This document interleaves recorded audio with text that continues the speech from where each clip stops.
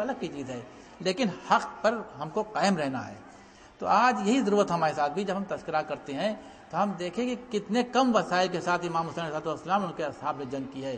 بس آخر کلام میں آپ کو متوجہ کروں گا، دیکھیے آج 8 تاریخ ہے، محرم کی 8 تاریخ ہے، اور جناب ابو الفضل عباس کا تذکرہ ہوتا ہے۔ کس کس عالم میں انہوں نے جنگ کی ہے؟ جب پورا صحیح سلامت جسم میں تب بھی آپ نے جنگ کی ہے، جب آپ کا ایک بازو قطع ہو گیا تب بھی آپ نے جنگ کی ہے، اور جب دوسرا بازو قطع ہو گیا اور جنگ کے قابل نہیں تب بھی آپ نے اپنے آپ کو گھوڑے سے گرایا نہیں ہے، بلکہ کوشش کی ہے کہ اپنے مشق کو خیمے تک لے جائیں۔ آپ توجہ فرمائیں، جبکہ ان کی شجاعت اور بہادری کا کیا کہنا۔ روایات موجود ہیں کہ حضرت علی علیہ السلام نے عقیل سے فرمائش کی تھی، کیونکہ ماہر انصاب مانے جاتے تھے عقیل، کہ ہم کو کسی بہادر قبیلے کی بہادر عورت بتا دو کہ جس کے بدن سے بہادر بچے پیدا ہوں۔ مطمئن نظر یہ ہے کہ حسین کی نصرت کے لیے میری اولادیں رہنی چاہیے بہادر شجاعت، یہ چاہتے ہیں۔ چنانچہ ام البنین سے آپ کا عقد ہوتا ہے اور 4 شیر بچے پیدا ہوتے ہیں۔ جناب ابو الفضل عباس سب سے بڑے ہیں، آپ کے 3 بھائی اور بھی کربلا کے میدان میں موجود ہیں، اور میں آپ سے عرض کرتا ہوں شجاعت کے ساتھ ساتھ جناب عباس علمدار بھی لشکر کے ہیں، اور اس کے علاوہ کہا جاتا ہے کہ وفا کے امام بھی ہیں، وفاداری میں ان کا کوئی جواب نہیں ہے۔ دیکھیے ایک عجیب بات ہے، آدمی میں مختلف صفتیں ہوتی ہیں، کوئی صفت بڑھ جاتی ہے، کوئی صفت گھٹ جاتی ہے۔ اصل چیز یہ ہے کہ کس موقع پر کس صفت کو اہمیت حاصل ہے، اس کے حساب سے اگر انسان اقدام کرتا ہے تو ہم کہیں گے اس صحیح معنی میں ذہین اور سمجھدار ہے۔ جناب ابو الفضل عباس کے لیے آپ دیکھیے کہ ٹھیک ہے شجاع اور بہادر ہیں، لیکن اس کے ساتھ ہی ساتھ امام کے تابع بھی ہیں، وفادار بھی ہیں۔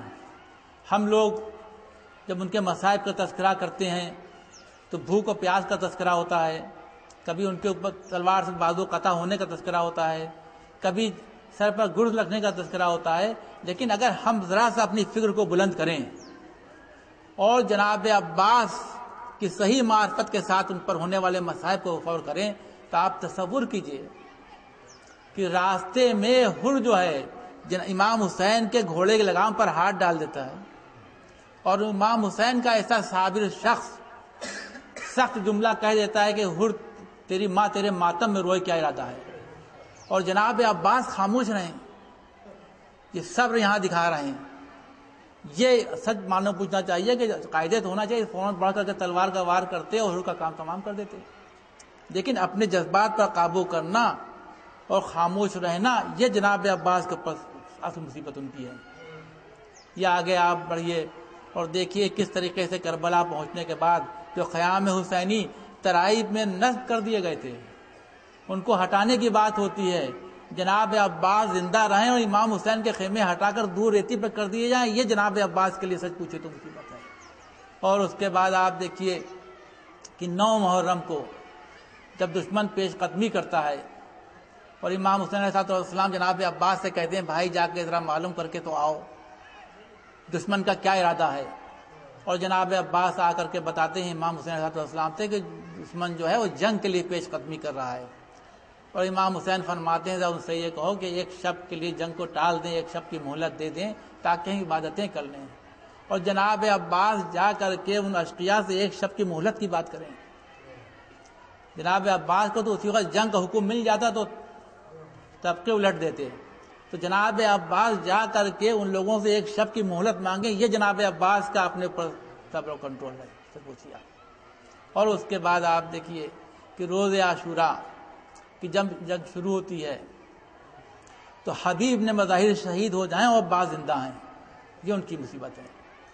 آیا ہوا مہمان شہید ہو جائے اور جناب عباس زندہ ہیں، زہیر ابن قین اور سعید بن عبداللہ حنفی شہید ہو جائیں اور عباس زندہ رہیں، یہ سچ پوچھے تو عباس کا امتحان ہے۔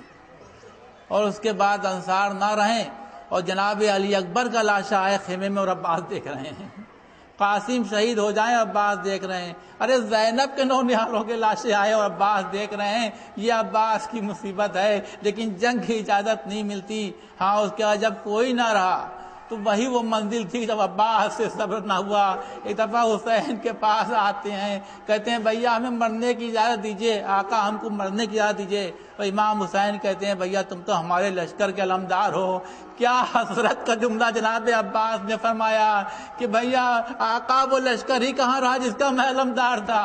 اب حسین کہتے ہیں کہ عباس اگر تم جا رہے ہو تو جاؤ, لیکن ذرا بچوں کی پیاس کا خیال کرنا, سکینہ کی پیاس نہیں دیکھی جاتی. اب دیکھیے وہ عباس کے علم میں مشق سکینہ بن گئی.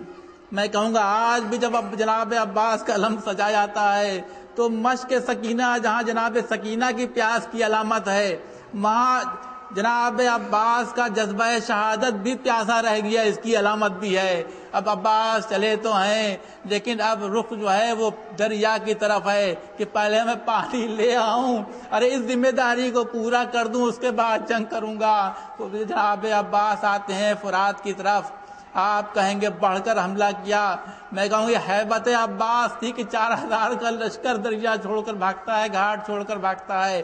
اطمینان سے جناب عباس نے گھوڑے کو دریا میں ڈالا, مشکیزے کو بھرا, اور اس کے بعد آپ واپس چلنے کو ہوئے تو ادھر سے بھاگی فوجیں پلٹیں. آپ تمام حضرات جانتے ہیں کہ دریا نشیب میں ہوتا ہے, اس کے کنارے بلندی پر ہوتے ہیں. ان فوجوں نے اپنے نیزے کی انیاں جناب عباس کی طرف کر لیں, لیکن واہ رے شجاعت عباس, ارے اپنے سینے سے نیزے کی انیوں کو ریلتے ہوئے آپ آتے ہیں اور جنگ کرنا شروع کرتے ہیں. آپ کہتے ہیں میں عباس ہوں, میں دین کی حمایت میں تلوار چلاتا رہوں گا.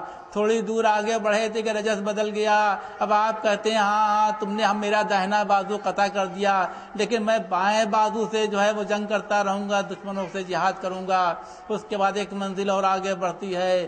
اب آپ کے دونوں بازو قطع ہو چکے, پھر بھی آپ کی کوشش ہے کسی صورت سے میں مشق کو خیمے کی طرف لے کر کے چلوں. ہاں اسی اسنا میں ایک تیر آتا ہے, مشکیزے پر پڑتا ہے.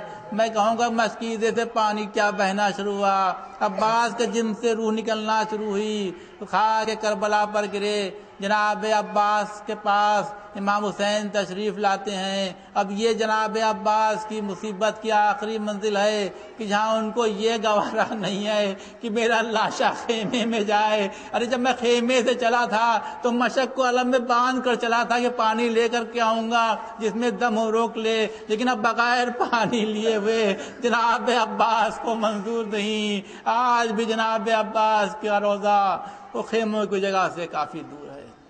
وَسَيَعْلَمُ الَّذِينَ ظَلَمُوا أَيَّ مُنقَلِبٍ يَنقَلِبُونَ. آپ حضرات بارگاہ عظیم دعا کریں کہ ہم لوگوں کی توفیقات میں اضافہ کرے اور ہم کو اصلاح کرے کہ ہم صحیح طریقے سے کربلا کے پیغام کو سمجھ سکیں اور اس کو دین کی تبلیغ کی طرح سے اس کو دوسروں تک پہنچا سکیں. وآخر دعوانا الحمدللہ رب العالمین.